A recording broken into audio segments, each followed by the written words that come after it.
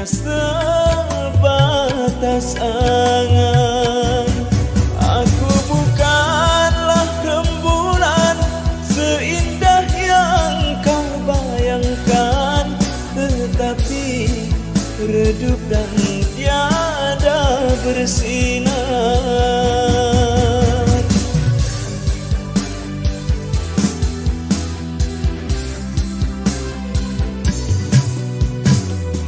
Kau dengar alunan lagu bersenang